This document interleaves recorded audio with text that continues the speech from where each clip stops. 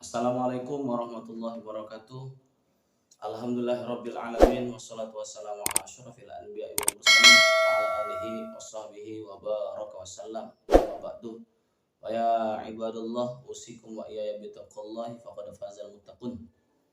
Alhamdulillah, saudara-saudaraku seiman, seagama, sebangsa dan setanah air. Berjumpa lagi kita pada kesempatan kali ini pada serial kisah-kisah Bani Israel yang akan kita bacakan dari kitab Mau'izul Usfuriyah, lanjutan daripada hadis yang kedua, yang mana pada kisah ini akan dibawakan oleh kalimullah, yaitu Nabi Musa alaihissalatu wassalam. Ya, kita akan langsung saja untuk membacakan kisah tersebut. Ya, faedah atau keutamaan kita mendengarkan kisah-kisah ini, Allah SWT akan memberikan kelembutan kepada hati kita, sehingga Allah SWT akan meletakkan mutmainnah dalam hati kita dan memberikan ibrah pelajaran dari apa-apa yang dibacakan dari kitab-kitab Allah SWT, baik Al-Quran dan hadis. Bismillahirrahmanirrahim. Wa ala hadza hikayatun anna rajulan mata ala ahdi Musa alaihi salam. Pada satu hari di zaman Nabi Musa ada seorang laki-laki yang mati. Fakarahan nasu ghuslahu wa dafnahu li fisqihi. Manusia atau orang-orang benci atau tidak suka untuk memandikan laki-laki itu, untuk menguburkannya karena kefasikannya. Fa'akhadhu birijlihi wa tarahu fil masbalati. Lalu orang-orang mengangkat atau memegang kakinya dan melemparkan orang pendosa tadi ke masbalah, tempat sampah atau tempat kotoran. Ya. Fa'auhallahu ta'ala ila Musa alaihi salam. Lalu Allah Subhanahu wa taala mewahyukan kepada Nabi Musa alaihissalam, wa qala ya Musa mata rajulun fi mahalati fulanin fil masbalati wa huwa waliyun min awliyai. Wahai Nabi Musa, telah mati seorang laki-laki di tempat si fulan, ditaruh di tempat sampah, tempat kotoran. Wa huwa, dan adapun si laki-laki tadi itu adalah waliyun min awliya, dia adalah wali dari wali-waliku. Allah Ta'ala berfirman kepada Nabi Musa, walam yaksiluhu walam yakfinuhu walam yadfinuhu. Orang-orang tersebut belum memandikan dia, belum mengafani dia, dan belum juga menguburkannya. Fadhhab anta faghsilhu wa kaffinhu wa salli alaihi wadfinhu. Pergilah engkau wahai Musa, mandikan dia, kafani dia, dan salatkan dia, lalu kuburkanlah dia. Faja'a Musa alaihissalam ila tilkal mahalati wa sa'alahum anil mayyiti. Lalu Nabi Musa berangkat berjalan menuju tempat yang diperintahkan oleh Allah Subhanahu wa taala. Setelah itu Nabi Musa bertanya kepada orang-orang kampung itu mengenai mayit yang diwahyukan Allah kepadanya. Faqalu lahu, orang-orang kampung itu memberi keterangan kepada Nabi Musa, mata rajulun fi sifati kadza wa kaza wa innahu kana fasiqan mu'allanan. Sungguh telah mati seorang laki-laki dengan sifat seperti ini dan ini, dan dia adalah orang yang fasik yang dilaknat. Faqala aina makanuhu. Nabi Musa bertanya, di mana tempatnya? Fa innallaha ta'ala auha ilayya li ajlihi. Allah telah mewahyukan kepadaku karena sebab dia ini. Qala fa'lamuni makanahu. Beritahukanlah kepadaku tempatnya. Fadhahabu, lalu mereka pergi bersama-sama. Falamma ra'ahu Musa alaihi salam matruhan fil masbalati. Lalu ketika Nabi Musa melihatnya dilemparkan fi masbalati, di tempat fil masbalati, di tempat kotoran atau tempat sampah, wa akhbarahun nasu an su'i af'alihi. Lalu orang-orang menceritakan kepada Nabi Musa tentang keburukan-keburukannya. Mendengar ucapan mereka, Nabi Musa bermunajat kepada Allah SWT. Naja Musa Rabbahu faqala ilahi amartani bidafnihi wa sholati alaihi. Ya Allah, engkau memerintahkan aku untuk menguburkan dan mensolatinya. Wa qaumuhu yashhaduna alaihi syarran. Sedangkan umatmu, sedangkan kaummu, mereka bersaksi bahwasannya dia adalah pelaku kejahatan. Fa anta a'lamu minhum bi sana'i wa taqbihi. Engkau adalah zat yang lebih tahu dari mereka tentang kebaikan dan kejelekan. Fa auhallahu ta'ala ilaihi. Allah Ta'ala mewahyukan kepada Nabi Musa. Ya Musa, sadaqa qaumuhu fima haku. Sudah benarlah kaummu itu, wahai Musa, dari apa-apa yang mereka ceritakan tentang orang itu. Min su'i af'alihi, berupa keburukan-keburukan dia. Ghairu annahu tashfa'u ilayya inda wafatihi bi thalathati asya'. Sungguh dia meminta pertolongan kepadaku ketika wafatnya dengan 3 permintaan. Lau sa'ala biha minni jami'ul mudnibina. Ya, seandainya meminta dengan 3 permintaan itu seluruh orang-orang pendosa kepadaku, min khalqi, dari makhluk-makhlukku, la a'taituhu, sungguh aku akan memberikannya. Fa kaifala arhamuhu, bagaimana aku tidak menyayangi dia. Aqad sa'ala, lalu dia bertanya. Waqad sa'ala, dan dia meminta nafsahu, kepada dirinya.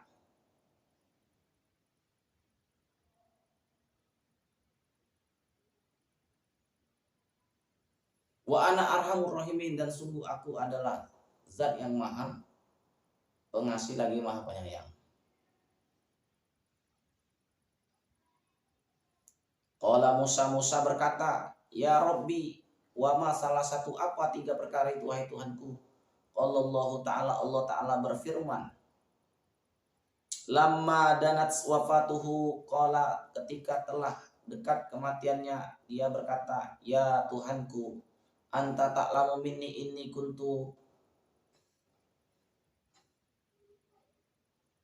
artakibul ma'asi. Wahai Tuhanku, sungguh aku telah mengerjakan kemaksiatan. Wa kuntu akrahul maksiata, sedangkan aku benar-benar membenci kemaksiatan, fi qalbi, dalam hatiku. Lakin ajtami'u fi salasati khisalin hatta takabtu al maksiyata.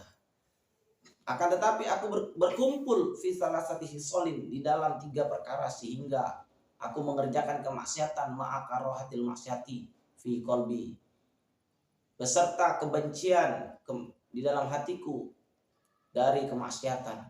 Awaluha hawa nafsi, yang pertama ya Allah adalah hawa nafsuku.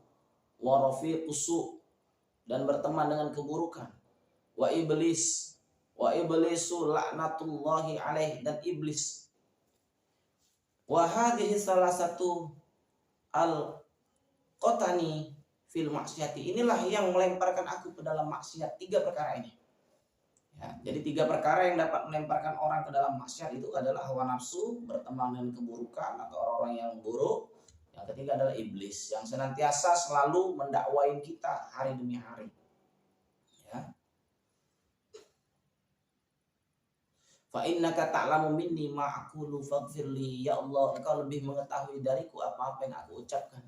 Wasaniyatu, dan ada pun yang kedua, qala, dia berkata, ya Rabbi, wahai Tuhanku, innaka ta'lamu bi ayir takabtul ma'asi wa kana maqami ma'al fasiqoti ma'al fasiqoti. Wahai Allah, engkau lebih tahu dariku, sungguhnya aku mengerjakan kemaksiatan, sedangkan di kampungku aku tinggal bersama orang-orang yang fasik. Walakin ahabbus sahibatis salihina, akan tetapi aku lebih mencintai orang-orang, sahabat-sahabat yang soleh, sahabat-sahabat yang baik. Wa zuhdihim, dan kebaikan-kebaikan mereka. Ya. Wal maqamu ma'ahum kana ahabbu ilayya, sedangkan tempat tinggalku bersama mereka Karena ahabu ilayya, lebih aku cintai, minal fasiqina, daripada orang-orang yang fasik. Jadi dia tinggal di tempat yang fasik, ya, tinggal di tempat yang fasik, ya. Sebetulnya dia lebih suka kepada orang soleh daripada orang fasik. Jadi dia minta, ya Allah, kau tahu aku ini lebih suka kepada orang soleh daripada orang fasik. Permintaan dia yang kedua. Wasali satu, dan yang ketiga adalah qala ilahi, wahai Tuhanku, innaka ta'lamu minni annas solihina kanu ahabu ilayya minal fasiqina. Yang ketiga, ya Allah, engkau lebih tahu dariku bahwasannya orang-orang soleh aku lebih sukai daripada orang fasik. Hatta law istiqbalani rajulani solihun wa talihun, apabila ya Allah berjumpa denganku dua orang laki-laki, yang satu laki-laki itu baik, yang satu laki-laki itu toleh jahat, laqadamtu hajatas solihi, sungguh aku akan mendahulukan hajat orang soleh ala tolihi, daripada orang yang toleh, daripada orang-orang yang buruk. Qala fi riwayati Wahab bin Munabbih, qala ya Rabbi. Ini diriwayatkan dari Wahab bin Munabbih. Dia berkata, ya Rabbi, wahai Tuhanku, lau ghafarta wa ghafarta dzunubi, seandainya kau mengampuni dan maafkan dosa-dosaku, ya farahu auliyauka wa anbiyauka, maka akan senang para wali-walimu dan nabi-nabimu. Wa yahzunu asyaitanu wa aduwi, dan akan sedih setan dan musuh-musuhku, wa aduka, dan musuh-musuhmu. Walau adzabtani bidzunubi yafrahu syaitanu wa a'wanuhu, ya Allah, seandainya engkau mengazab aku disebabkan dosa-dosaku, maka setan akan bergembira. Begitu juga akan bergembira anak-anak buahnya, kawan-kawannya. Wa yahzunul anbiya'u wal auliya, dan akan bersedih para nabi dan kekasih-kekasihmu. Wa ini a'lamu anna farahal anbiya'i ilaika habbu min farhi syaitan, sungguh engkau lebih tahu bahwasanya kesukaan auliamu ini lebih kau sukai daripada kegembiraan setan dan para kawan-kawannya. Faghfirli, maka ampunilah aku ya Allah. Allahumma innaka ta'lamu minni ma aqulu farhamni wa tajawaz anni, ya Allah, kau lebih tahu apa yang aku ucapkan ini ya Allah, maka rahmatilah aku, maafkan aku. Qala Allah Ta'ala, rahimtuhu wa ghafartu lahu wa tajawaztu anhu, aku telah merahmatinya, mengampuni dia dan memaafkan dia. Fa inni raufur rahim, fa inni raufun rahimun, ya, sungguh aku adalah raifur rahim, maha penyayang lagi maha pengasih. Khosotan liman aqrara bidzunubi baina yadayhi, ya, kepada orang yang berikrar, yang mengakui dosa-dosanya di hadapanku. Wa hadza aqru bidzanbi faghfartu lahu wa tajawaztu anhu, dan dia telah berikrar mengakui dosa-dosanya di hadapanku, maka aku mengampuni dia. Ya Musa, wahai Musa, Allah Ta'ala berfirman, if'al ma amartuka fa inni aghfiru, wahai Musa, kerjakanlah saja apa yang aku perintahkan kepadamu. Fa inni aghfiru bi rahmatihi, aku telah mengampuni dengan rahmat. Fa inni aghfiru bi hurmatihi, aku mengampuni dengan kehormatannya. Liman shalla ala janazatihi wa hadari dafnihi, aku mengampuni, ya, orang-orang yang menyolatinya, yang hadir pada jenazahnya, melayat kepadanya, dan hadir di penguburannya. Ya. Jadi ini kisah, hadirin yang mulia, ini tentang Bani Israel. Ya. Bagaimana kisah Nabi Musa dengan Bani Israel ini sangat panjang sekali dalam Al-Quran. Diceritakan, belum lagi tafsirnya dan sebagainya. Nah, di sini ada orang yang dia ini sering mengerjakan keburukan. Ya, hari-hari dia berbuat buruk, hari-hari dia ini berbuat maksiat kepada Allah. Cuman ada 3 alasan. Yang pertama, tempatnya itu adalah bersama orang-orang yang buruk. Kedua, hawa nafsu dia. Yang ketiga, dia ini selalu digoda iblis. Nah, dan dia berdoa kepada Allah sebagaimana doa yang tadi, ya kan? Apa doanya tadi? Dia meminta kepada Allah bahwasannya ya Allah, sungguh aku ini lebih cinta kepada orang soleh. Ya. Yang kedua, aku kalau ada orang soleh ya Allah, aku lebih dahulukan keperluan-keperluan orang soleh. Ya. Dan yang ketiga tadi, ya Allah, kalau saya mati, engkau tidak mengampuni aku, maka senang setan dan bala tentaranya.